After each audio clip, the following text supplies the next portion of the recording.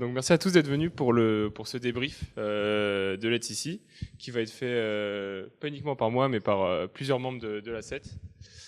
D'ailleurs, je vais commencer par vous parler un peu de l'A7. Qui est déjà venu à un meet-up de l'A7?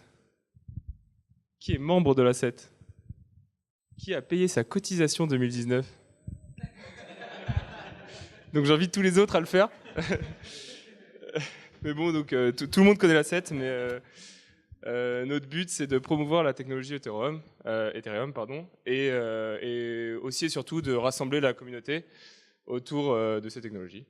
Donc on fait ça depuis 2015. On organise des meet-up mensuellement et on organise accessoirement Let's Ici, dont on va vous parler ce soir. On a les réseaux sociaux sur lesquels vous pouvez nous suivre. On vous invite à le faire, ça nous aide beaucoup. Et puis voilà, vous pouvez donc nous soutenir en adhérant. C'est uniquement 10 €, ça vous donne accès au Slack et donc à toutes sortes d'informations en avant-première. Voilà. Donc cette année, on a organisé cette conférence qui est Let's Ici. Qui était à Let's Ici? Ok, super. Oh, super, ok. Donc c'était la deuxième édition de Let's Ici, la troisième année qu'on organise une conférence de cette envergure. Donc cette année, on avait 6 amphis en parallèle, on avait plus de 1100 participants, 250 speakers venus de 50 pays différents. Vu les chiffres, on peut dire qu'on a quasiment doublé cette année, donc on était assez contents. Pardon? Ok. On a pu, grâce aux sponsors et aux ventes de tickets, mais surtout grâce aux sponsors, inviter plus de 130 étudiants gratuitement, principalement étrangers. On avait 70 volontaires qui nous ont aidés à faire tout ça, et on a initié le mouvement pour une Community Blockchain Week qui s'est passée durant toute la semaine autour d'Atsisi, où il y a eu une trentaine d'événements. Donc c'était vraiment sympa, il y avait pas mal d'animations autour de l'ATC, il y a eu un hackathon, il y a eu Ed Paris, il y a eu plusieurs meet-ups tous les soirs en parallèle, donc il y avait pas mal d'animations. Donc ce soir, le débrief sera fait par 4 de nos membres, moi y compris, et on va essayer de reprendre, non pas de manière exhaustive, mais un peu les différents tracks qu'il y a eu, donc vous voyez, on a eu un certain nombre. À mentionner notamment Zero to Hero qui a été fait par Consensus, donc qui n'est pas un thème en soi, mais il y a eu plusieurs thèmes, enfin il y a eu plusieurs tracks comme ça, donc Web 3.0 qui a été fait par la Fondation 3.0. Et sinon, on a agrégé, on a essayé de mettre les talks sous ces grandes catégories, mais c'était difficile de définir les talks sous une catégorie, ça se chevauchait souvent. Enfin bon. On a eu cette année donc plus de 250 talks sous 15 tracks. J'ai mis en lumière les 5 tracks où il y a eu le plus de talks, qui sont pour moi en fait assez représentatifs des tendances de cette année, quoi. Où il y a pas mal d'applications qui passent en production. Donc on a eu pas mal de talks sur les dApps. Encore une fois, c'est pas significatif dans le sens où il y a eu ça se chevauchait à chaque fois. Donc souvent les talks tombaient dans plusieurs catégories. Mais je trouve que c'est quand même significatif de tendance. Donc toujours avec ces applications décentralisées qui passent en production, ou en tout cas en test, ou en tout cas on a des applications qu'on peut essayer aujourd'hui. On en parlera de certaines pendant ce talk. La finance décentralisée qui était un des grands thèmes de cette année. Mais voilà, également toujours les thèmes comme la scalabilité, l'UX UI et puis l'outillage. Toujours des thèmes qui reviennent. Donc on parlait beaucoup de scalabilité, encore plus que cette année en 2018 de la scalabilité, excusez-moi. En 2019, c'était toujours un thème principal, avec en plus des applications qu'on pouvait essayer. Donc j'ai dit que 2019 égale 2018 plus prod. Bon, c'est à moitié vrai. Mais voilà. Et on va rentrer dans le vif du sujet. Donc on va passer un peu en revue, comme je disais, de manière non exhaustive, quelques talks que nous, en tant que membres, on a pu voir. Dans l'idée de vous donner un peu un aperçu de ce qui a été dit, et puis potentiellement vous donner envie d'aller voir les vidéos qui sont toutes accessibles en ligne. Ça, c'est vrai que je ne l'ai pas dit. Toutes les vidéos ont été enregistrées. Donc on a beaucoup de contenu sur notre chaîne YouTube. Vous pouvez aller voir l'intégralité des vidéos en ligne. Donc ça, c'était du gros boulot. Donc c'est une bonne chose. Et ben, je vais commencer par la track gaming. Donc c'était pas la track la plus représentée, au contraire c'était la track la moins représentée. Mais c'est pas pour autant que c'était pas intéressant. Au contraire, j'ai trouvé que les talks étaient assez représentatifs de l'écosystème, dans le sens où ils donnaient un bon aperçu de ce qui se fait dans le milieu du gaming, dans la blockchain. Donc il y avait 3 talks dans cette track qui suivaient. La première de Mathias Nissenson de Experimental. Son talk s'appelait No Shit Adapt with thousands of users and no ICO. Experimental, donc c'est la boîte qui est derrière Crypto Wars, qui est un jeu que vous avez pu essayer. Qui a essayé Crypto Wars? Ok, on est 2. Vraiment ça? Ok, donc c'est pas si répandu que ça. Mais c'était un jeu qui a un peu tourné, qui était assez marrant, qu'ils ont lancé en 2018. Et donc pendant ce talk, qui nous a refait un peu l'historique de leur histoire, donc de ce jeu. Et puis à travers leur histoire, on revoyait un peu les différentes époques du marché crypto. Il nous parlait il nous disait qu'en 2017, on leur avait offert 2 millions pour une landing page, qu'ils avaient refusé parce qu'ils trouvaient ça indécent. En 2018, ils ont vraiment galéré pour lever 500 000 dollars. Voilà. Donc voilà, on a revu un peu l'utilisateur. Ils ont lancé en 2018 l'historique, excusez-moi. Ils ont lancé en 2018 et ils ont eu 3000 utilisateurs dès la première semaine, ce qui est beaucoup pour un jeu dans la crypto. Ils nous parlaient du fait qu'en 2018, les problèmes principaux auxquels ils se confrontaient, c'était la scalabilité. Aujourd'hui, CryptoWars, c'est un jeu qui tourne sur Loom, donc sur des plasma chains. Donc c'est pas tant la scalabilité qui leur posait problème, même si il y a eu quelques difficultés techniques lors des tournois, mais c'est plutôt l'usabilité, donc comment les utilisateurs interagissent avec le jeu et faire en sorte que on n'aperçoit pas forcément les côtés un peu pénibles de la blockchain. Et puis il nous a exposé des chiffres sur le marché du gaming dans la blockchain, ce que je trouvais intéressant. Il nous parle de 20 000 utilisateurs mensuels et de 126 000 utilisateurs annuels, ce qui est en fait rien du tout, et même lui le disait. Donc on parle beaucoup du fait que le gaming est potentiellement une porte d'entrée pour l'adoption de la blockchain. Il avait lui-même des doutes par rapport à ça, dans le sens où c'est vraiment un marché de niche. Et donc il y avait beaucoup de travail à faire sur ça, notamment à travers l'éducation. J'y reviendrai un peu plus tard. Et aussi, il nous a évoqué le fait que EOS leur avait proposé d'implémenter leur jeu sur leur blockchain, et ils étaient prêts à les payer 150 000 dollars. Donc on voit un peu les stratégies d'adoption des développeurs chez EOS. Ils ont refusé.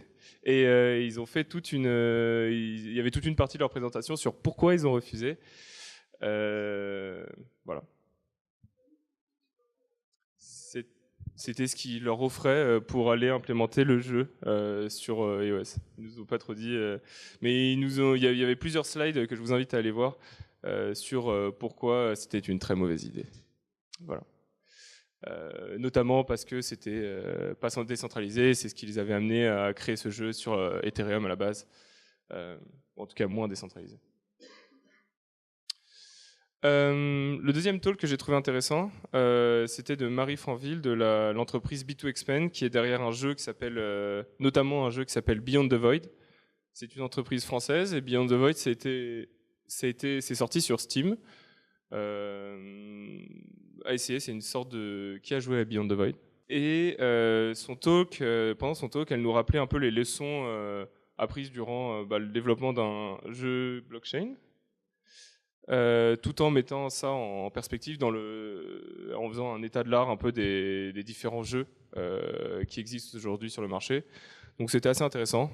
C'est sa propre définition des jeux blockchain. Mais donc vous voyez ce tableau là qui compare les jeux en fonction d'un axe qui dit l'habilité à intégrer les technologies blockchain et de l'autre, en Y, et en X, la richness of content. Et ce qu'elle disait un peu, c'est plus c'est décentralisé, moins il y a de contenu, en gros. Donc elle parlait de CryptoKitties, donc tout à gauche, donc les CryptoGains qui part du postulat que à partir du moment où on implémente la blockchain, c'est notamment pour trader des actifs, donc des NFT. Donc il y a toute une sorte il y a un certain nombre de jeux qui font ça, donc qui se basent sur les NFT pour permettre de trader et puis de collectionner des choses. Et puis il y a différents niveaux d'implémentation de la blockchain. Donc de l'autre côté, les games using blockchain, c'est plutôt des jeux qui sont implémentés comme des vrais jeux vidéo et qui vont ajouter des features de la blockchain. Donc c'est ici qu'elle se positionnait et c'est là qu'elle disait, elle disait que c'était là l'intérêt principal de la blockchain selon elle, c'était plutôt pour ajouter des features intéressantes et potentiellement de l'interopérabilité et la true ownership. Donc c'est ce qu'elle a mis tout en haut à droite. C'est ce qu'elle appelle les decentralized games. C'est pour elle une utopie pour le moment, mais c'est potentiellement un jour où les jeux pourront interopérer avec des actifs transférables facilement entre les jeux et où les joueurs pourront réellement posséder leurs actifs. Donc c'est là que les joueurs pourront expérimenter la blockchain à son plus haut niveau. Elle a parlé des challenges un peu auxquels font face les développeurs de jeux vidéo, donc qui sont ceux de l'UX UI bien sûr, d'incertitudes réglementaires et de scaling. Et les solutions par rapport à ça, c'était se focus sur l'UX, mais aussi et surtout développer des vrais jeux, donc des bons jeux. Ça paraît évident, mais je pense qu'en effet, il faut vraiment développer des bons jeux pour favoriser l'adoption des games sur la blockchain. Enfin, un dernier talk qui était, je développerai pas trop sur celui-là, mais c'était intéressant, c'est Nicolas Julia, dont la boîte, est-ce qu'on voit ma souris? Ouais. Qui développe Sorare, qui est un jeu, une boîte française, des anciens de Stratum, merci. Qui est-ce qui a dit? Merci beaucoup. Qui développe un jeu intéressant avec des NFT et sur des collections de cartes de joueurs de foot, potentiellement prometteur. Ça c'est juste un avis. Spoiler, c'est moi qui l'ai fait. Et ça reprend ce que disaient un peu les speakers. C'est-à-dire que pour moi, le futur du blockchain gaming, ça viendra plutôt d'entreprises et de studios de jeux vidéo qui implémenteront ou ajouteront des features de la blockchain, plutôt que des startups de la blockchain qui se disent tiens on va faire un jeu parce que c'est l'apport d'adoption de la blockchain et il faut absolument que ce soit utilisé par tout le monde. Je pense que pour que les jeux soient fun, il faut qu'ils soient développés par des gens qui savent développer des jeux vidéo. Donc je trouve ça génial, les jeux qui existent aujourd'hui, les CryptoKitties et compagnie, mais c'est vrai que si on veut des vrais jeux qui soient vraiment adoptés à grosse échelle, on attend encore les gros studios de jeux vidéo qui sont en train de venir, qui sont en train de développer des choses pour une plus grosse adoption des jeux vidéo et à travers les jeux vidéo de la blockchain. Et d'ailleurs, voilà, il y a des grands studios comme Ubisoft qui travaillent dessus. Il y a des énormes investisseurs comme X16Z, Anderson Horowitz, qui investissent dans des jeux dans la blockchain, qui ont investi dans CryptoKitties. Est-ce que c'était une bonne idée? Je ne sais pas. Mais n'empêche qu'ils regardent le secteur. Et donc, c'est intéressant et c'est prometteur pour la suite. Voilà. Je vais passer la parole, on va changer de thème. Et c'est Alex qui va vous parler de Myst. Salut. Qui est-ce qui connaît Myst ou a déjà utilisé Myst? Ah, il y en a pas mal. Donc là, je vais vous parler d'un talk de Philippe Langans qui est intitulé Update from the Myst Team, où il nous a parlé donc, de Myst. Et il a fait 3 annonces. Donc la première concerne Myst directement. Mist, pour rappel, c'est un wallet et un browser d'app, donc d'applications décentralisées. C'est une interface graphique au-dessus de Get qui est diffusée depuis 2015. Donc c'était vraiment le premier outil graphique au-dessus de Get qu'on pouvait utiliser. Donc on pouvait déployer des smart contracts, c'est en haut à droite là, l'image, gérer plein de comptes, donc en bas à droite, et interagir avec des dApps en bas à gauche. Et ben la nouvelle, c'est que Mist est mort, voilà, c'est fini. Ce qui n'a pas fonctionné, donc comment il s'appelle ? Philippe est revenu sur ce qui n'a pas fonctionné, notamment développer un browser avec Electron en 2016, ça leur a posé des problèmes. Développer sa propre alternative à Electron qui s'appelle DAO, ça leur a également posé des problèmes. Et pour lancer Mist, il fallait automatiquement lancer un full node. Et il y avait une mauvaise expérience utilisateur et les nouveaux utilisateurs se sont tournés vers des solutions alternatives simples comme MetaMask dans un browser qui permettait d'interagir directement avec la blockchain et pas d'attendre longtemps que son full node soit synchronisé. En fait, en 2015, c'était pas tant un problème, mais au fur et à mesure des années, ça a commencé à le devenir. Et donc la conclusion, c'est que Mist a été utile pendant des années, mais peut plus exister sous cette forme. Il y a eu 2 autres annonces qui ont été faites, donc, notamment le lancement d'Ethereum Grid. Donc ça, c'est une nouvelle alternative à Mist. L'idée, c'est de repenser totalement l'outil et l'audience. Ce sera un manager multi-client qui permettra de run des nœuds, différents nœuds, donc Get, Parity, et des outils, donc Swarm. Ils ont cité ces 3-là, donc il y en aura sûrement d'autres. Ce sera un espèce de manager avec une espèce de grille où on pourra avoir tous ces clients outils.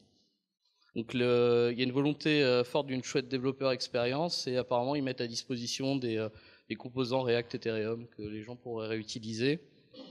Donc voilà, ça c'est tout nouveau. Et il y a la 3e annonce, c'était le lancement de Ethereum Sign Packages. Donc d'habitude quand on livre une application, un logiciel, on signe le logiciel avec des certificats. Les gens qui téléchargent le logiciel peuvent vérifier l'intégrité du logiciel en vérifiant la signature. Donc là l'idée c'est de faire la même chose, de proposer des mécanismes de signature de package, mais qui utilisent la crypto d'Ethereum. Et donc l'idée, c'est de signer avec une clé privée. Et donc il y aurait plusieurs manières de signer. Il y aurait possibilité de signer en local avec un petit CLI, un command line interface qu'ils ont développé, qu'on peut déjà utiliser, même si hier le build était failing. Et dans le browser avec MetaMask. Du coup, l'idée, c'est de pouvoir apporter une dimension Ethereum à signature de paquet et de pouvoir donc ajouter en livrant un paquet une adresse Ethereum sur laquelle les gens pourraient donner directement, faire des donations pour soutenir l'open source. Et ils appellent ça un Zero Config Donation Button for Open Source Developers. Donc l'idée, c'est qu'il n'y ait pas d'inscription sur une plateforme, qu'on puisse faire un don directement sans avoir à s'inscrire quelque part ou chercher sur un profil quelconque au fin fond d'Internet une adresse Ethereum qui sera peut-être pas la bonne. Donc voilà pour Mist, enfin pour l'équipe de Mist et les 3 nouvelles qui ont été annoncées. Alors, je vais vous parler brièvement de Panthéon. Donc il y a Rob Dawson qui est venu parler de Panthéon 1.0. Donc c'est la nouvelle release de Panthéon. Donc pour rappel, Panthéon c'est un client Ethereum. Ça c'est une partie seulement de ce que fait Pegasus, mais je vais juste parler du client. C'est un client récent qui est sorti en 2008, qui est écrit en Java. Et donc lors de la DevCon, je crois, il y a l'annonce de la synchronisation du mainnet qui avait été faite. Donc c'est-à-dire que le client était vraiment vivant, on peut l'utiliser, synchroniser le mainnet.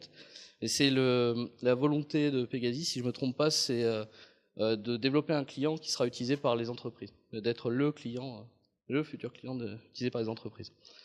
La version 1.0 qui a été présentée lors de l'ETHCC, c'est une version plus orientée entreprise. Donc ils ont annoncé le support d'un nouvel algo de consensus IBFT 2.0. Donc la version 1 avait été introduite par Quorum. Il y a une explication et un billet très détaillé sur le blog de Pegasus. Donc je vous invite à aller lire si ce genre de nouvelles vous intéresse. Ils ont aussi parlé du de tout ce qui était feature de permissioning. Donc il y a majoritairement deux types de permissioning. Un account permissioning qui permet de contrôler qui émet les transactions sur le réseau. Donc là, on parle bien de blockchain de consortium pour IBFT et pour le permissioning, donc blockchain privé. Donc l'account permissioning sur donc l'émission des transactions et le node permissioning qui permet de filtrer les nouveaux entrants sur le réseau, c'est-à-dire au niveau du nœud. Et il y a eu également quelques améliorations techniques sur la synchronisation, le block processing et sûrement plein d'autres choses, très bien. Voilà, donc ça c'était la version 1.0, c'est celle qui est sortie, qui est réalisée, qu'on peut utiliser aujourd'hui. Et du coup, Rob Dawson a également parlé du futur, et donc de la version 1.1, où la fast sync serait supportée, si j'ai bien compris, ils sont en réflexion avec Get et Parity, avec les équipes, pour ajouter cette fonctionnalité et ne plus faire en sorte que ce soit qu'une synchronisation en mode archive. Bon, à vérifier, dites-moi si j'ai tort. Ils vont intégrer des solutions de privacy qui ressemblent à celles qui ont été implémentées sur Quorum, mais apparemment un peu plus détaillées, travaillées. Ils sont en partenariat avec Web3 Labs là-dessus. Et il y aurait un déplacement des solutions de permissioning que j'abordais juste avant, on-chain, donc via les smart contracts. La version 2.0, donc ça c'est 2019 plus, il y aurait le support de nouveaux algos de consensus. Donc il a dit qu'il bosserait avec plusieurs sociétés qui auraient des tailles de réseau différentes. Donc ça permettrait de voir un petit peu tout ce qui se fait. Il souhaiterait regarder les sidechains, ajouter des features pour le support d'Ethereum 2.0 et il y aura des fonctionnalités de privacy avancées. Voilà, je ne sais pas lesquelles. Et sur le long terme, et pour tout ce qui est phase Serenity, la vision de Rob lors de cette présentation, c'est que toutes les entreprises qui aujourd'hui run des nœuds des consortiums entre elles passeraient sur le mainnet à terme avec quand même un espèce de consortium mais qui serait plugué au mainnet, mais qui fonctionnerait en background, mais tout le monde serait lié quand même à ce mainnet Ethereum. Ma compréhension, c'est qu'il parlait de sidechain et des features de privacy en sous-jacent. Et voilà, il a abordé des points qui allaient au-delà de la roadmap, mais voilà, c'était très intéressant. Donc, vous pouvez trouver le petit schéma et puis d'autres explications sur le net. Et je vais passer la parole à Xavier. C'est toi ça? Oui. Bonjour. Donc, je voulais vous parler un peu de la partie Decentralized Finance, qui était un track pendant l'ITC, et sur lequel il y a eu beaucoup de talks. Alors, beaucoup de répétitions, donc c'est peut-être bon signe parce que il y a aussi beaucoup de choses qui commencent à maturer et qui commencent à être claires entre les différents speakers. Donc, premièrement, c'est quelques talks qui étaient sur généralement quels sont les enjeux aujourd'hui de la tokenisation des titres financiers. Un truc qui apparaît clair, c'est qu'il y a un phénomène inéluctable, bon, déjà de numérisation des titres financiers, ça c'est depuis longtemps, mais par tokenisation, on peut entendre différentes choses, mais c'est parfois au sens propre les mettre sur une blockchain comme Ethereum, mais il y a aussi une variété de mouvements comme l'obligation de petit à petit ouvrir des API pour les banques et voilà, donc il y a cette idée généralement de créer des systèmes interopérables, ouverts, standardisés, etc. Donc les bénéfices qu'on attend, le plus évident et celui qui revient tout le temps, c'est une meilleure efficacité du règlement livraison, c'est-à-dire que c'est toute la partie quand vous achetez un titre après pour être assurer vraiment le mouvement de titre. Aujourd'hui, c'est assez compliqué et donc on espère gagner là-dessus, mais peut-être de tous les bénéfices, c'est celui qui est le plus évident. C'est sûr que ça va gagner en vitesse et gagner en coût. C'est peut-être aussi celui qui est le moins disruptif finalement, parce que c'est juste une optimisation d'un processus existant. Il y a des opportunités éventuelles sur le marché primaire, donc ça c'est toute la question du financement des PME. Est-ce qu'en créant par exemple les STO justement, on peut financer des nouvelles types de catégories de besoins, et c'est aujourd'hui en Europe le grand problème qu'on a, c'est quand même souvent les PME. Donc c'est pas très clair encore aujourd'hui, donc il y a un intérêt, donc beaucoup d'acteurs qui travaillent là-dessus et qui commencent à essayer d'accompagner des PME. Il y a souvent un biais de sélection, c'est dur de trouver des bonnes PME qui ont des projets assez matures et qui sont aussi intéressés par s'intéresser à des projets expérimentaux, une technique expérimentale. Donc il y a un peu un double une double difficulté en parallèle. Parmi les bénéfices, plus de transparence pour les régulateurs et les acheteurs. Donc c'est imaginer que le titre devienne un peu plus complet dans son information, aussi bien pour comprendre qu'est-ce qui est en train de se passer sur le marché que comprendre ce titre-là, à quoi il est vraiment rattaché. On l'a vu sur la crise financière que c'était un vrai problème et que ça pourrait résoudre ce type de technique. La question de la liquidité, pouvoir voilà, avoir un titre qu'on ne peut plus facilement échanger, et la propriété fractionnée, donc imaginez qu'on a un titre et qu'on peut du coup acheter un bout de titre. Donc par exemple pour des actifs immobiliers, il y a le projet de Corbin Page qui est là-dessus. C'est évident que c'est un type d'actif qui est intéressant parce que c'est assez plus stable que d'autres actifs, mais le coût à l'entrée est beaucoup trop élevé pour la plupart des gens. Et ensuite la question de est-ce que ça ouvre plus d'ouverture au titre, une ouverture internationale. Donc on a un titre d'une PME et puis on peut tout d'un coup l'échanger sur des marchés à l'échelle globale, c'est intéressant a priori. Et social, donc ça c'est un espoir. Est-ce que ça peut permettre du coup à d'autres catégories sociales d'accéder à certains types d'actifs qui aujourd'hui ne peuvent pas accéder, soit pour des contraintes, ce que je disais, de barrières à l'entrée, de tickets d'entrée, mais ça peut être aussi tout simplement parce que l'information n'est pas assez accessible, parce que ça passe par des processus un peu compliqués. Et voilà. Alors, des cas d'usage potentiel, ça a été évoqué notamment par Alexis Collomb. Il y a quelques usages intéressants, donc la finance verte, la finance islamique, notamment qui demande généralement d'éviter les prêts. Donc du coup, comme on fonctionne à partir des actifs, ça peut permettre des montages intéressants. Et puis donc financement des PME. Il y a toute une série de projets en cours. Donc je les ai pas tous listés, hein, mais j'en ai fait la liste. Si on met bout à bout, toutes les présentations sont toujours terminées par les projets en cours, mais c'est que des projets en cours. Un fait amusant, je trouvais, c'était que Malta embauchait des développeurs Solidity, donc vraiment pour travailler sérieusement sur ces questions-là. Ensuite, il y a eu 2 talks qui parlaient précisément du standard ERC 1400 par 2 de ses initiateurs, donc Adam Dossa et Stéphane Gosselin. Ce qu'il faut voir, c'est que le point de départ de ERC 1400, c'est de se dire on a un besoin d'avoir un standard commun pour définir une security. Ça permettrait un vrai fonctionnement de marché, parce que ça sert à rien chacun de numériser un token si c'est pas ouvert et interopérable même sur la propre blockchain Ethereum. Enfin, on n'est pas allé très loin en termes des bénéfices qu'on attendait. Sympa comme ambiance. Faciliter l'entrée des acteurs. Une fois qu'il y a un standard, ça devient clair pour un nouvel acteur de dire ben voilà comment je définis mon nouveau titre financier. Aujourd'hui, chacun est un peu en train de réinventer la roue sur comment il bricole ça. Il y a beaucoup de savoir qui doit être réacquis et qui est en fait pas très difficile à acquérir, mais c'est un petit coup à l'entrée. Et puis rassurer les régulateurs. On peut se dire qu'une fois qu'il y a un standard clair, ce sera plus facile pour les régulateurs de dire ok, on peut adopter ce standard et l'appuyer. Donc là-dessus, il y a eu plusieurs conversations sur ce standard. Donc ça a commencé à la Berlin Blockchain Week, même avant en ligne.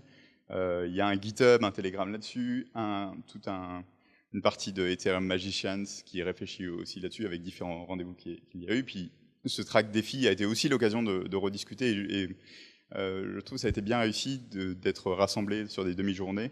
Du coup, ça a permis aussi d'échanger en off sur ces questions-là. La difficulté, c'est d'abord l'approche. Donc aujourd'hui, c'est définir un standard sur Ethereum, c'est généralement difficile. Donc il suffit de voir la page du RC 1400 pour comprendre. Le RC 1400 n'existe plus. Il y a eu 1410, 1411, et puis en fait, on s'est rendu compte qu'ils n'allaient pas très bien. Du coup, maintenant, il y en a une quarantaine. Donc en fait, le RC 1400 n'existe pas. Aujourd'hui, peut-être, ça se stabilise autour de 5-6 standards qui sont qui semblent à peu près adaptés et correspondent à différents besoins, mais clairement, l'enthousiasme initial a un peu échoué. Donc là, à gauche, il y a ce que présentait Adam Dossa sur quels étaient les éléments de l'approche, et dont un des éléments, c'est le rough consensus. Donc on essaie d'arriver difficilement à obtenir un accord. Il y a des trous là-dedans. Donc, alors, une difficulté autre, c'est la question de... En fait, c'est souvent vu avec une perspective américaine, avec un certain type de titre en vue. Quand on arrive en Europe, on se rend compte que c'est quand même fragmenté, avec différents types de titres par pays, et à chaque fois et puis dans chaque pays, des dizaines de catégories. Donc en fait, il y a un vrai problème la réalité du titre financier aujourd'hui est beaucoup trop... Enfin, très complexe pour essayer de tenter facilement une standardisation. Ça ne veut pas dire que ce n'est pas possible, ça veut dire que ça demande un effort. Et notamment, il y a une question de l'effort de coordination et d'analyse. Donc c'est un sujet qui est beaucoup revenu. Donc on est un peu arrivé à la conclusion qu'on va essayer de mettre ensemble un groupe de travail là-dessus. On a déjà un premier document là-dessus. Mais c'est particulièrement difficile. Et alors, quelque chose qui me tient à cœur, c'est aussi de voir en dehors de juste l'écosystème Ethereum. Parce qu'il ne suffit pas d'avoir un standard parfait sur Ethereum, il faut vraiment penser comment ce standard fonctionne avec aussi le reste de l'écosystème financier. Ce qui m'amène au défi de défi. Là-dessus, j'ai beaucoup aimé la présentation de Justine Hahn qui a travaillé là-dessus sur la représentation de titres financiers pour transmettre en particulier à des employés. Et il avait un ton un peu... en fait, ça n'a pas très bien marché notre première approche et on essaie d'en avoir une nouvelle. Donc je trouvais que c'est assez sympa d'avoir une présentation très honnête et qui n'essaie pas de marketer son produit, mais qui arrive à montrer les difficultés qu'il a rencontrées. Donc il y a des difficultés techniques. D'abord, la première, et ça fera la transition pour la suite, la question de la confidentialité. C'est évident que la plupart du temps, quand on transfère des titres financiers, il y a beaucoup d'acteurs qui ont envie de confidentialité de ces transferts. Ensuite, la gestion des portefeuilles. Quand on a un fonds VC qui doit gérer un certain nombre de parts et avec différents employés, etc., il faut pouvoir gérer les droits et gérer le portefeuille. Il ne suffit pas de dire il y a une clé qui a le ledger et voilà. La question des legacy systems, donc comment on s'articule avec les systèmes existants, parce que c'est déjà le problème aujourd'hui dans les banques, qu'il y a un empilement de différentes infrastructures. Donc si on en ajoute une nouvelle, il faut penser à comment ça se connecte avec ça. Et aujourd'hui, les logiciels intermédiaires sont peu existants. La question de la vie du titre, c'est-à-dire que là, on raisonne beaucoup, quand on parlait du standard, beaucoup de raisonnement était sur quand on se transfère, quelles sont les règles de transfert, est-ce qu'il faut passer par une autorité administrative, est-ce qu'il y a une autorisation à avoir, etc. Mais il y a aussi la vie du titre, c'est-à-dire par exemple, quand j'ai des droits de vote qui sont attachés à ce titre, comment je peux les utiliser maintenant que j'ai ce titre-là, comment les dividendes sont envoyés, donc il suffit peut-être pas seulement de juste imaginer que avoir la connexion via la blockchain avec l'utilisateur, il faut aussi avoir peut-être un moyen de le financer, de le payer. Et la question de la pérennité, donc ça on voit que c'est quand même une technologie qui évolue très vite, qui est encore... j'ai fait un atelier mardi après-midi, où dans l'après-midi, la version de Solidity avait changé, la dernière version. Petite confusion. C'est vraiment un problème de long terme. Quelle est la perspective de cette technologie-là? Et aujourd'hui, aucun gros acteur ne pourra vraiment s'investir sur Ethereum si on n'a pas un projet sur 5-10 ans de qu'est-ce qui arrive dans 5-10 ans. Je pense que personne ici a une idée claire de ce qui adviendra de cet écosystème dans 5-10 ans. Donc c'est peut-être marrant pour être expérimental, c'est pas du tout adapté pour pouvoir avoir des titres financiers. On ne pourra pas dire dans 2 ans à tout le monde, finalement, on va changer de technique et puis il faut que vous mettiez à jour tous vos wallets, et puis c'est pas possible. Donc ensuite, il y a des questions institutionnelles, pas techniques, question de la demande des investisseurs, et la question de la demande par exemple des salariés, quand on offre des parts via une blockchain à des salariés, est-ce qu'ils sont intéressés par l'avoir sous cette forme-là? Est-ce qu'ils trouvent ça amusant? Est-ce que c'est pratique pour eux? Aujourd'hui, c'est pas très impressionnant en fait les demandes là-dessus, parce que voilà, les bénéfices n'existeraient qu'une fois qu'il y aura un écosystème large, c'est-à-dire que je pourrais vraiment faire des choses avec mon titre, le nantir pour pouvoir emprunter. Enfin, on peut imaginer qu'il y a plein de choses intéressantes à faire, mais tant que ça n'existe pas, pour l'instant, c'est plus un poids supplémentaire qu'un atout. Cette question de la vision US européenne, moi je trouve que ça revient souvent dans cet écosystème-là. La question des acteurs de marché, donc ça c'est qui va introduire ces standards et puis cette pratique. Est-ce que c'est les startups qui essaient de se lancer là-dessus? Est-ce que c'est les grands acteurs qui vont basculer?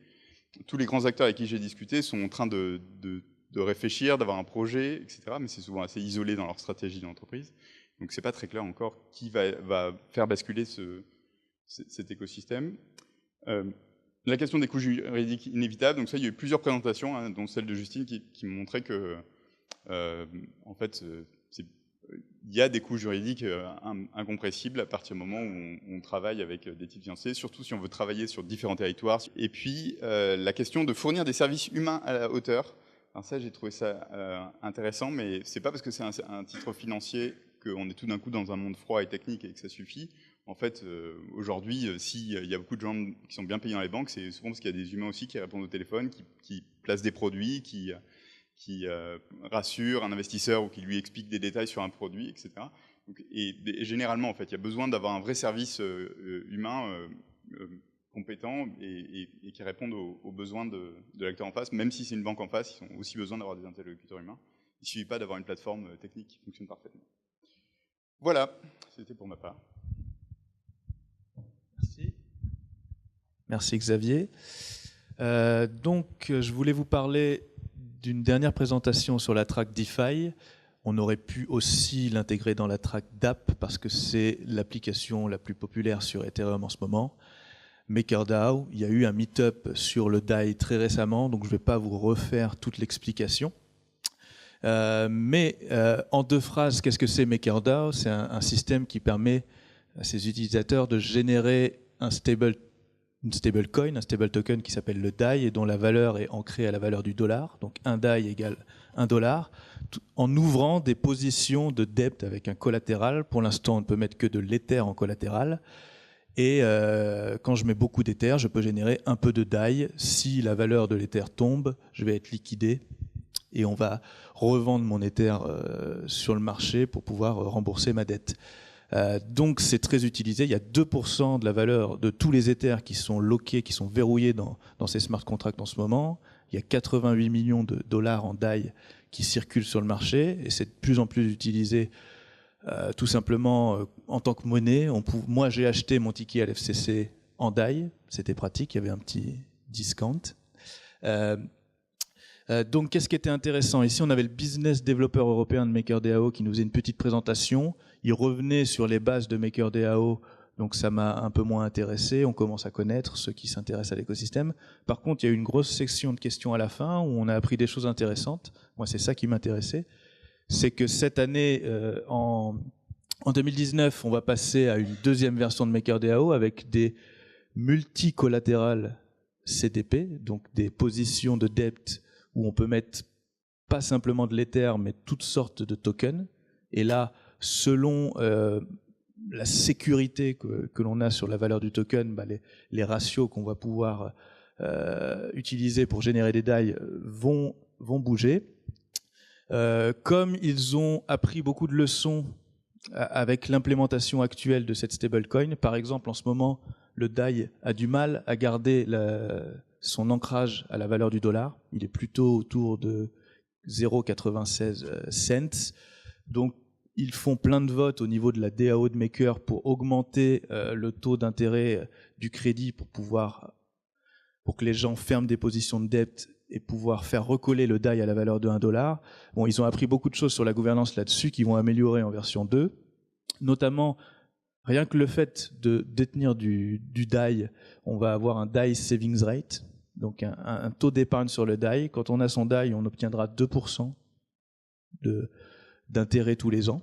Donc ça va obliger les gens à plus garder du DAI et les aider à garder l'ancrage.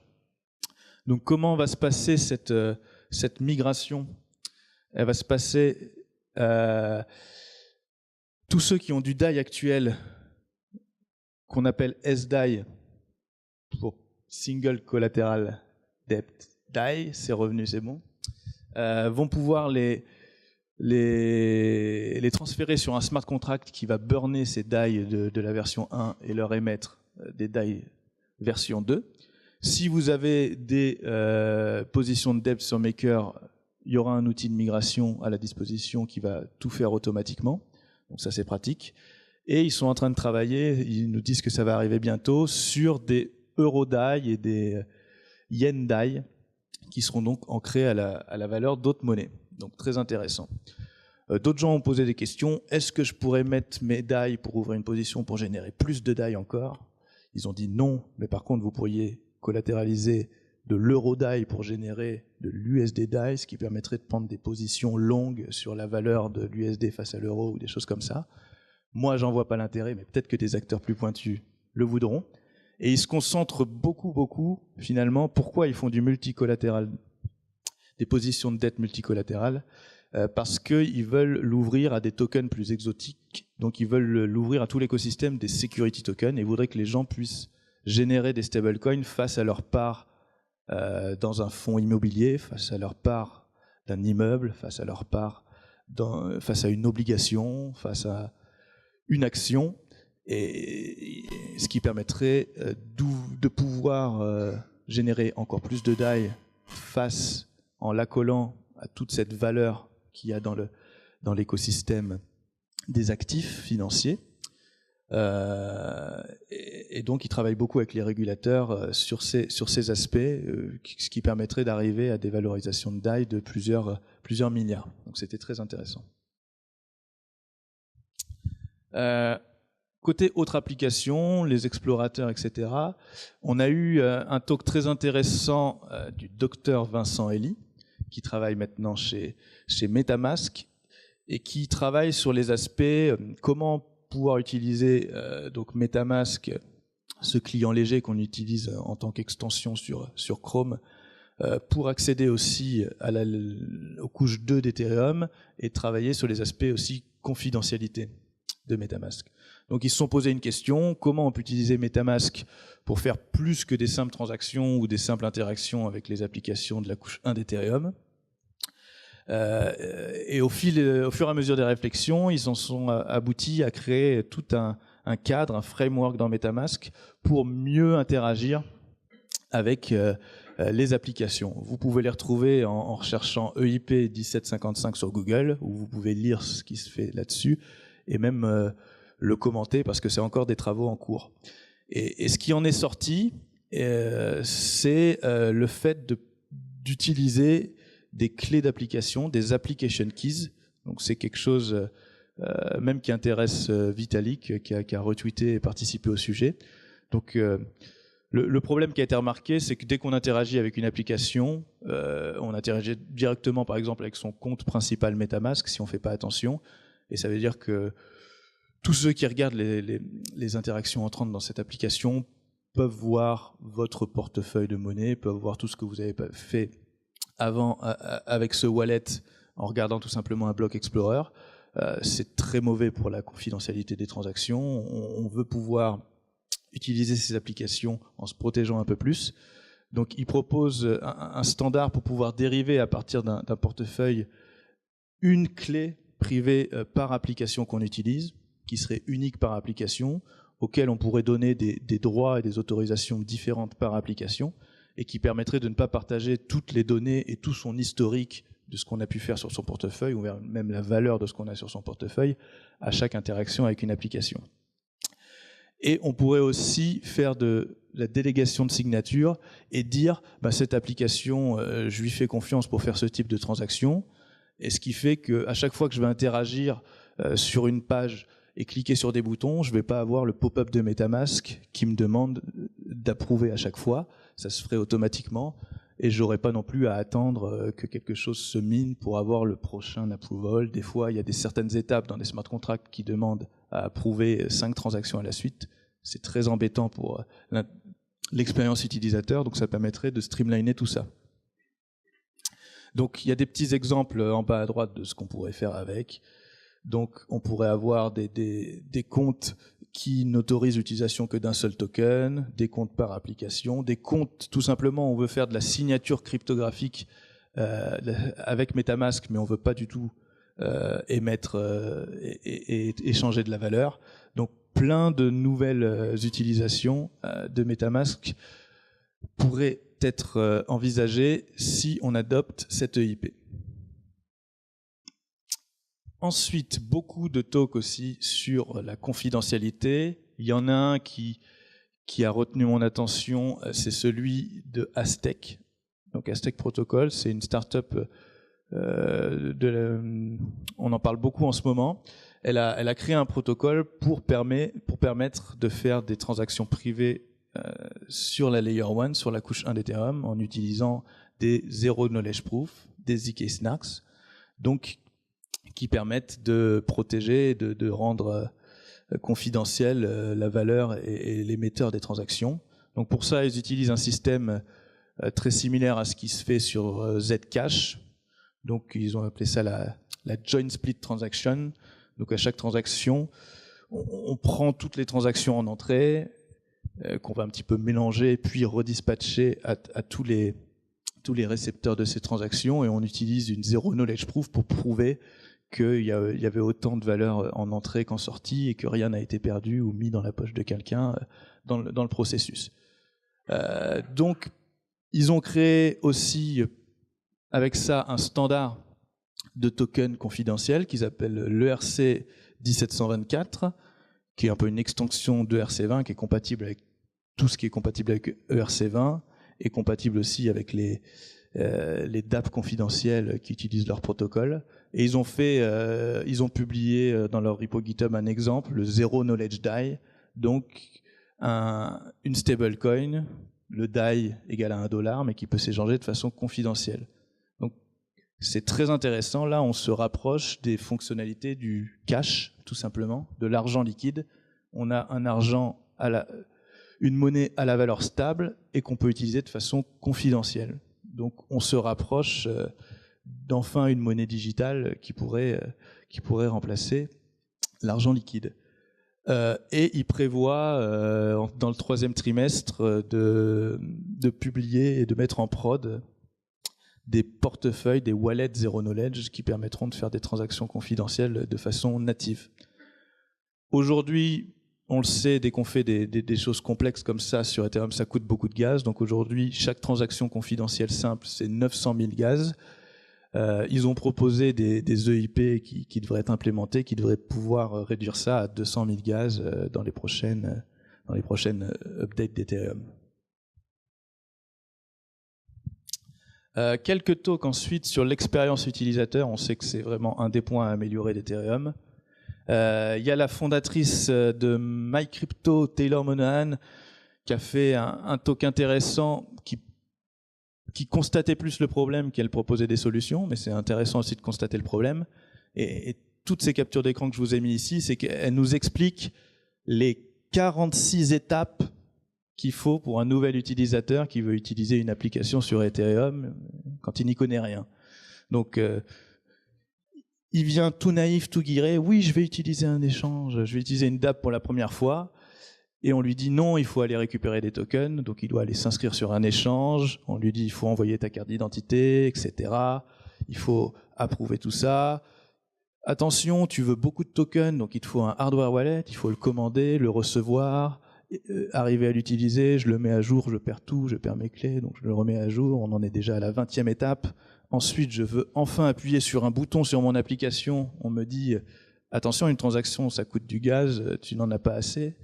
Et donc, je dois retourner sur l'échange, en racheter, etc. Et enfin, au bout de la 46e étape, je l'ai fait, mais en fait, il ne reste plus que 1% des utilisateurs qui arrivaient jusque-là. Donc, elle nous compare ça avec des petits témoignages sur des forums ou dans des articles à l'Internet de 93. Et elle explique ensuite qu'il faut de l'interopérabilité, il faut tout connecter de façon transparente, qu'elle enchaîne sur un MyCrypto V2 qui aide à ça, mais il n'y a pas beaucoup de solutions proposées quand même. Mais on espère qu'on va s'améliorer sur ces étapes. Et dès qu'on arrive à moins de 5 étapes, on devrait pouvoir onboarder nos grands-parents. Quelque chose qui m'a impressionné aussi, une DApp, c'est un wallet, c'est le portefeuille argent, qui un nom très bien trouvé pour nous en France, qui implémente pas mal de features que je trouve très pratiques pour rendre ces types de portefeuilles plus populaires. Ils se sont inspirés de N26, de Revolut pour améliorer leur expérience utilisateur. Donc ils ont deux produits, un portefeuille et Argent Connect qui permet de se connecter à des DApp, parce qu'eux ils veulent pas faire de navigateur Web3, ils veulent juste se connecter à des DApp. Donc le portefeuille, pour le restaurer, il ne demande pas de marquer sur un bout de papier une clé à 12 mots pour pouvoir sauvegarder son portefeuille. Il trouve que c'est trop compliqué pour un Kidam. Donc ce qu'il propose, c'est quelque chose de plus similaire à ce qu'on ferait dans des banques traditionnelles ou etc. C'est de nommer des gardiens à son portefeuille. Donc on peut nommer Argent comme gardien, mais on peut nommer des amis qui ont l'application aussi. Et qui fait que si je perds mon portable ou je perds accès à mon application, je peux demander à 3 gardiens de d'appuyer simplement sur un bouton pour dire oui, je veux restaurer le portefeuille de tel utilisateur, qui permet de restaurer son portefeuille si on l'a perdu. Donc c'est beaucoup plus intuitif et pratique que de noter une clé sur un bout de papier et de la mettre dans un coffre-fort à la banque. Ils intègrent les adresses ENS, c'est-à-dire des noms beaucoup plus faciles à utiliser, et ils vous en fournissent une gratuitement quand vous installez l'application. Donc c'est une adresse votrenom.argent.xyz si ma mémoire est bonne. Il y a un decentralized exchange, un échange décentralisé directement intégré dedans qui permet de changer ces tokens directement dans le portefeuille. Et on peut mettre des niveaux d'autorisation sur son portefeuille aussi, comme une limite quotidienne de ce que je peux échanger, de ce que je peux émettre, ce qui permet, si quelqu'un me vole mon portable, il ne pourra pas me voler plus d'un Ether par exemple. Ou alors, si on veut transférer plus de 10 Ethers, ça demande l'autorisation à un de mes gardiens. Ou je peux dire cette adresse, oui, je peux lui envoyer plein d'argent, mais toute adresse inconnue, non, pas plus d'un Ether par jour.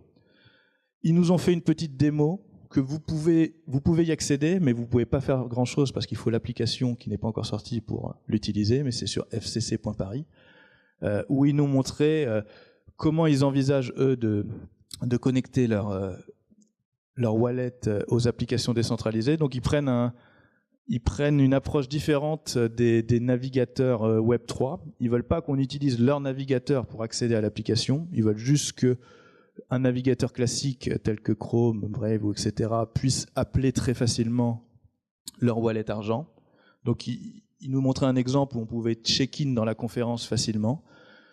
Donc on va sur le site, on appuie sur un bouton, je scanne un QR code avec l'appli argent, et alors l'application et mon wallet sont connectés, et ensuite je peux interagir avec tous les boutons, et les autorisations sont faites directement en background, et on n'a plus à switcher du navigateur vers mon wallet, du navigateur vers mon wallet.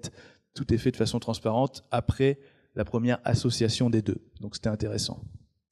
Dans le futur, ils souhaitent intégrer directement une rampe qui permet de passer de fiat à crypto, donc de l'euro à des tokens, de s'intégrer avec les standards Wallet Collect et Universal Logins.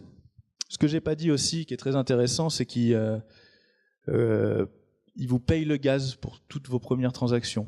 Je crois que jusqu'à une vingtaine de transactions, ils vous payent le gaz parce qu'ils se sont intégrés avec un relayeur de Gas Station Network qui fait que dès que vous lancez une transaction, quelqu'un vous propose de la payer pour vous. C'est eux qui financent pour l'instant. Ils espèrent que toutes les applications qui s'intégreront avec vous financeront aussi tout ce gaz.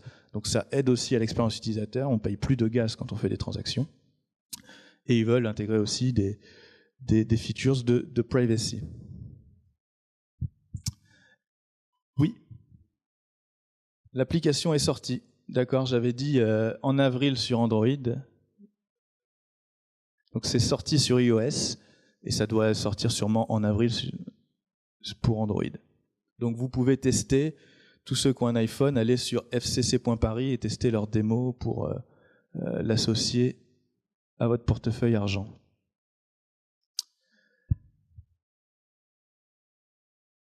Oui, quelqu'un qui a volé la vedette à toutes les dernières conférences, c'est Austin Griffiths, qui est un très très bon speaker, un très bon développeur qui nous sort un produit tous les mois. Donc son application en ce moment qui a beaucoup de succès, c'est le Burner Wallet. À l'origine, il a créé ça en se disant mais comment je peux faire adopter la crypto-monnaie dans les pays du tiers-monde.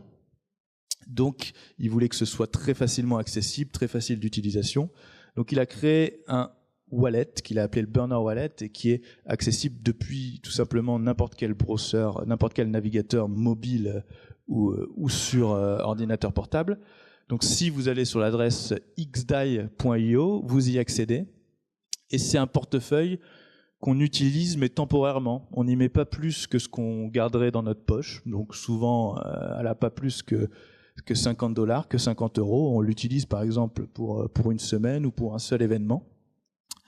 Et pour pouvoir faire des transactions de façon rapide, donc on utilise la stablecoin DAI, mais on la transfère sur une chaîne, une sidechain qui est en proof of authority au niveau du consensus, donc qui est quand même moins sûr que la main chain Ethereum, mais pour des petites sommes, ça suffit.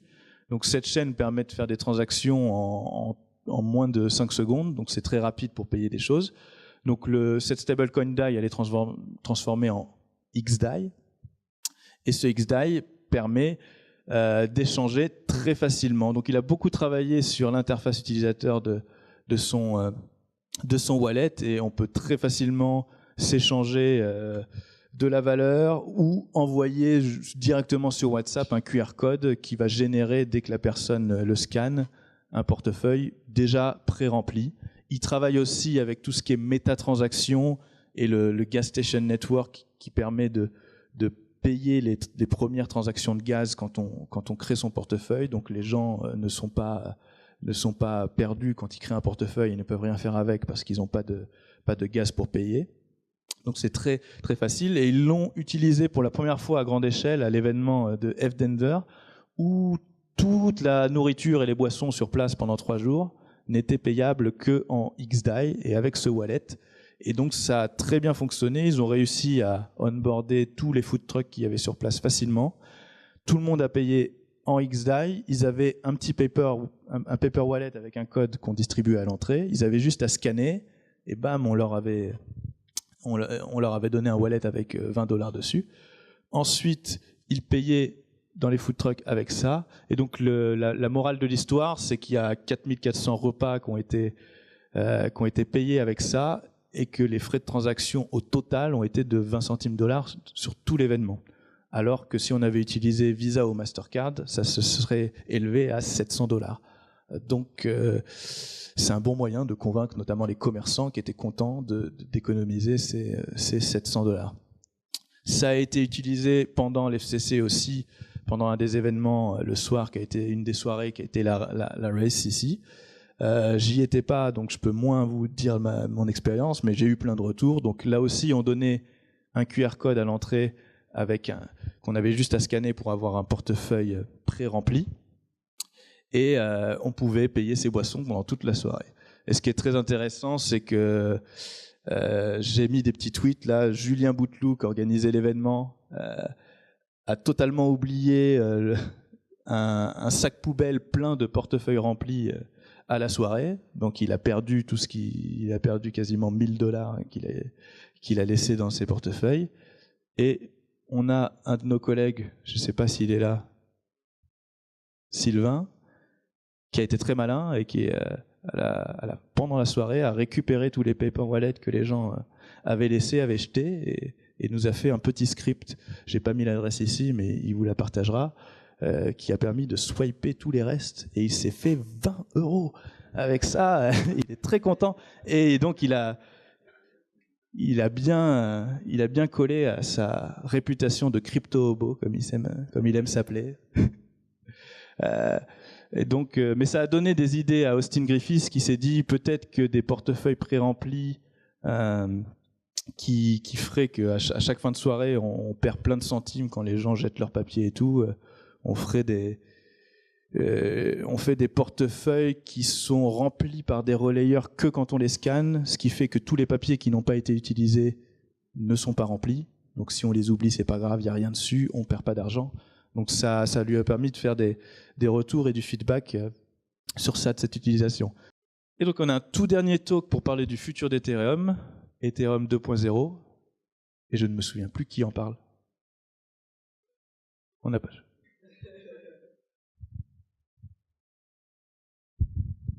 Alors ça va être très rapide. Je ne vais pas du tout parler du talk lui-même parce que c'est plutôt une excuse pour parler d'Ethereum 2.0 en 2 minutes, puisque le talk c'était juste la présentation d'un client Serenity avec des features de sécurité particulières. Bon, là c'est juste pour faire un petit point pour ceux qui ne seraient pas encore au courant de la roadmap, qui effectivement a beaucoup bougé ces 2 dernières années sur le développement d'Ethereum dans le futur, donc après les évolutions sur la chaîne qui existe aujourd'hui. Donc contrairement à ce qui était prévu au départ sur Ethereum, c'est la chaîne principale d'Ethereum qui existe aujourd'hui ne va jamais passer en proof of stake et ne va jamais évoluer sur le sharding, mais on est passé sur une évolution avec la création de nouvelles chaînes. Et notamment, donc c'est une évolution qui va se faire en plusieurs phases, donc phase 0, phase 1, phase 2, avec différentes étapes de développement qui vont in fine aboutir, si tout va bien, à réaliser la vision initiale d'Ethereum, donc c'est-à-dire un ordinateur mondial qui permet d'exécuter énormément de transactions par seconde et qui constitue une sorte d'état mondial des applications décentralisées. Donc il y aura 3 phases de développement. La première est déjà relativement avancée, c'est la phase 0 qu'on appelle Beacon Chain. La Beacon Chain, c'est l'implémentation du fameux Proof of Stake, donc passage de Proof of Work avec le minage tel qu'on le connaît aujourd'hui sur Ethereum à ce qu'on appelle on pourrait traduire par preuve d'enjeu, ce qu'on a traduit par preuve d'enjeu sur Ethereum France en tout cas. Donc mise financière en crypto-monnaie pour sécuriser la chaîne. Mais donc, comme je disais, au lieu d'être implémenté sur la chaîne principale telle qu'elle existe aujourd'hui, on va créer une nouvelle chaîne, donc Beacon Chain, qui aura uniquement pour but de faire fonctionner le Proof of Stake et a priori, on va rajouter aussi des fonctions de finalisation de la chaîne principale. Donc, on va faire un lien entre cette nouvelle chaîne et Ethereum 1.0 pour faire des sortes de balises de sécurisation qui vont éviter les rollbacks de la chaîne puisqu'elles auront été finalisées. Il y aura des états de la chaîne qui auront été finalisés grâce à la Beacon Chain et au Proof of Stake. Cette chaîne Beacon donc, aura juste pour effet de faire fonctionner un protocole de Proof of Stake. Il y aura normalement toute l'implémentation du Proof of Stake Casper FFG, donc la version Vitalik, on va dire, du Proof of Stake, avec le slashing, avec les finalisations des blocs par le stake, et on aura un stake minimum, donc une mise financière minimum pour participer, qui a été fixée pour l'instant, et qui a priori que ça ne devrait plus bouger, à 32 Ethers minimum. Donc il faudra mettre en dépôt 32 Ethers pour participer à la sécurisation de la chaîne et être rémunéré pour ça. La phase de transition, ça va être qu'on va mettre dans un smart contract sur la chaîne Ethereum existante des Ethers qui vont être répliqués sur la nouvelle chaîne Beacon, donc en étant des bi-Ethers, donc des Beacon Ethers. Avec ces Beacon Ethers, on va sécuriser la chaîne et recevoir en échange d'autres Beacon Ethers, en sachant que c'est une opération à sens unique. J'ai besoin de toi. Une opération à sens unique, donc on ne pourra pas retourner en arrière, retransformer les Beacon Ethers en Ethers. Donc c'est un peu un saut de foi pour les Ethereans, parce que évidemment, si ça ne marche pas la phase 1 et la phase 2, les Ethers sont perdus. Voilà. Ensuite, on a donc la phase 1 qui sera la phase sharding. Donc sharding, c'est-à-dire l'explosion, enfin la création d'un très grand nombre de sous-chaînes qui seront ancrées sur la Beacon Chain et qui sont des chaînes d'état, des chaînes d'état. Donc l'idée, c'est uniquement d'enregistrer des états, mais il n'y aura pas d'exécution de transactions sur la Beacon Chain. Donc c'est uniquement de la donnée. Toute la partie exécution, moteur d'exécution, ne sera pas encore prêt à ce moment-là. En tout cas, ce sera fait dans une phase ultérieure qui est donc la phase 2. Et donc, ça contient la donnée, mais il n'y a pas de moteur d'exécution. Donc il y aura des utilisations possibles déjà pour certaines fonctionnalités, mais ce ne sera pas une chaîne telle que la chaîne Ethereum existe aujourd'hui, c'est-à-dire qu'il peut exécuter des smart contracts et même des transactions. On ne pourra pas faire de transactions, par exemple, pendant la phase 1. Et c'est seulement dans la phase 2 que donc la machine virtuelle qui permet d'exécuter des transactions et donc de modifier l'état de la blockchain de façon automatique avec on-chain en fait, va être implémentée donc avec a priori un passage de la machine virtuelle Ethereum telle qu'elle existe aujourd'hui, EVM, à EWASM, qui est un nouveau standard enfin c'est pas un nouveau standard, mais c'est une adaptation pour Ethereum d'un standard de machine qui devrait normalement être plus efficace, moins coûteux, blablabla. Et qui permettrait peut-être d'utiliser plus facilement des langages plus neutres, plus courants que Solidity pour développer des smart contracts, même si la pertinence de faire ça reste à étudier. Voilà, alors évidemment ça c'est pas pour tout de suite, parce que là on prévoit en fait la phase 0, si tout va bien, fin de l'année, début de l'année prochaine.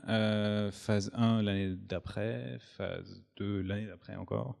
Donc il va falloir être patient, en sachant que pendant toute cette période, on pourra toujours continuer à utiliser Ethereum 1.0, qui devrait avoir subi de belles améliorations entre-temps, puisqu'il y a Ethereum 1x, qui est un peu la version de transition, qui est aussi en développement en parallèle, donc qui est une série d'améliorations de la chaîne existante, qui vont normalement permettre à tout le monde de patienter jusqu'à la finalisation de la phase 2. Voilà, tout ça étant bien sûr toujours très prospectif, soumis à aléas de développement, etc. etc.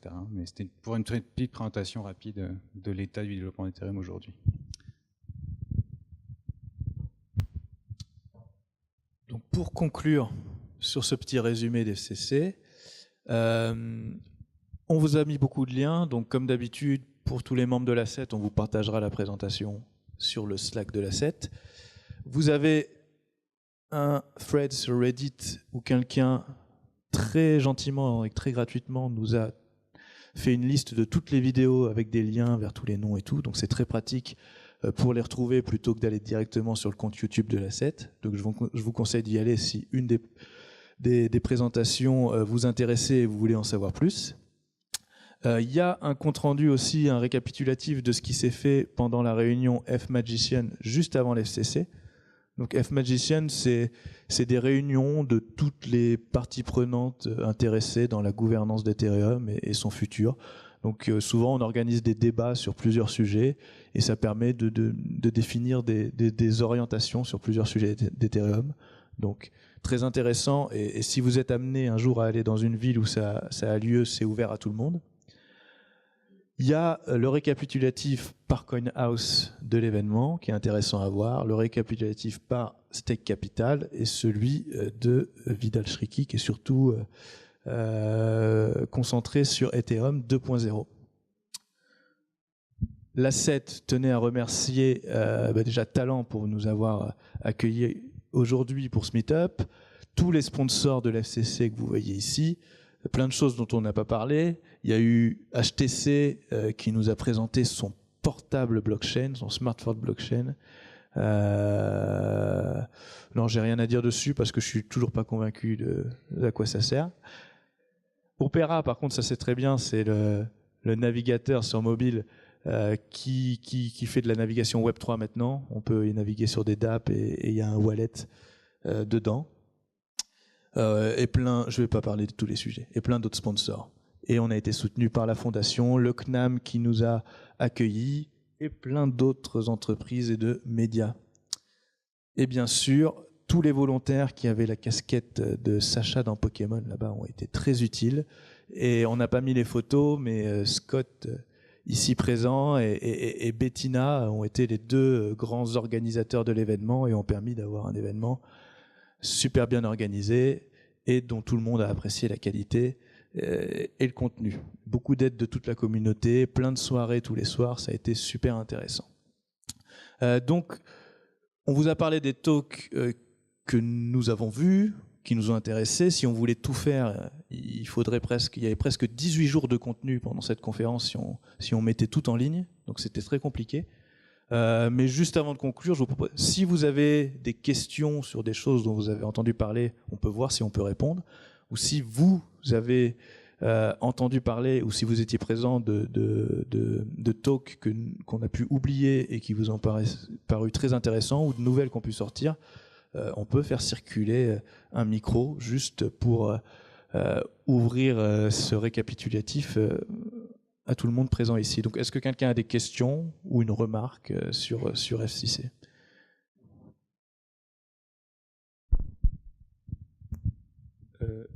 Il y a Thibaut Fabre qui a lancé le concept de Continuous Organization, qui a parlé de Continuous Fundraising, qui me paraissait intéressant. Est-ce que vous avez un retour là-dessus ? Si, il avance, il a développé déjà une première version et en fait il est vraiment en train d'essayer de... Donc pour ceux qui n'ont pas suivi, Continuous Organization, donc Thibaut Fabre c'est quelqu'un qui travaillait avant dans des civic tech et différents types de projets un peu comme ça, et son idée c'est d'essayer de faire une forme de DAO qui permette de mieux lisser le risque et reward pour l'investisseur, pour les salariés qui rejoignent, tout un projet de start-up en fait. Il a il a un peu vu beaucoup de projets naître et il essaie d'améliorer ça.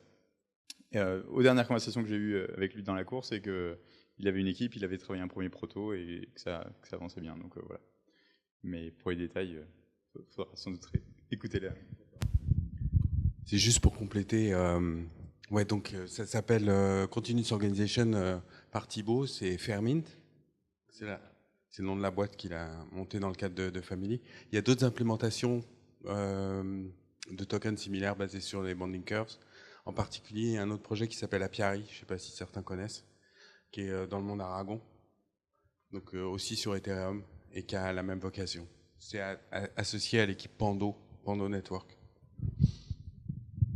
Et si je me trompe pas, je connais très peu Continuous Organization, mais c'est un modèle qui consiste à un peu libérer le token, mais au fur et à mesure que le projet progresse et délivre des produits pour éviter de donner des millions de dollars à une équipe qui n'a plus aucune incentive à travailler ensuite parce qu'elle a tout obtenu avec toute liberté de l'utiliser dès le début. Donc c'est des modèles qui lissent un peu l'utilisation et le déverrouillage des fonds pour permettre de mieux incentiver le développement d'un produit. Est-ce qu'on a d'autres questions ou d'autres remarques ? Il y a un sujet que j'aime beaucoup, c'est Universal Logging et ENS. Et bon, j'ai essayé de suivre un petit peu les talks, mais est-ce qu'il y aurait des personnes qui pourraient en parler aussi voilà. Est-ce que quelqu'un se sent d'en parler ? Moi, je me souviens juste du talk de la DEFCON, donc, mais ça va être juste une introduction, donc je suppose que vous connaissez déjà.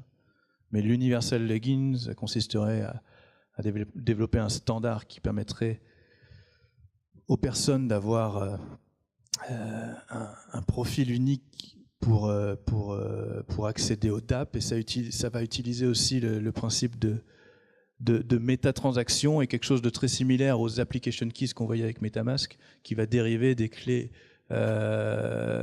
uniques pour l'utilisation de chaque application et qui permettrait, en utilisant aussi les métatransactions et des relayeurs de gas, de streamliner beaucoup l'interface utilisateur des DApp, et dès qu'on arrive sur une DApp, pouvoir directement, dès qu'on s'inscrit, générer des clés juste pour cette DApp qu'on retrouverait par la suite, et de pouvoir au moins faire toutes les premières transactions sans avoir payé de gaz, jusqu'à ce qu'on ait bien testé l'application, et ensuite on commence à nous apprendre qu'est-ce que c'est que des frais de transaction, comment bien sauvegarder son portefeuille. Et ensuite, cet Universal Login, oui, permettrait d'avoir un profil qu'on pourrait réutiliser, et on pourrait redonner des autorisations spécifiques selon les applications, et pouvoir par exemple derrière aussi stocker en décentralisé des documents et ne pas avoir refaire tout le processus de KYC sur des applications, mais juste dire oui, je veux bien repartager mon identité que j'ai storée sur IPFS derrière avec cette application, etc., des informations. Donc c'est des standards aussi qui sont développés et qui, s'ils sont adoptés, permettraient de simplifier beaucoup l'expérience utilisateur de toutes ces applications. Et ENS, c'est le fait de pouvoir faire des enchères et obtenir un domaine qu'on peut associer ensuite à une adresse Ethereum. Donc, par exemple, son nom ou prénom.eth.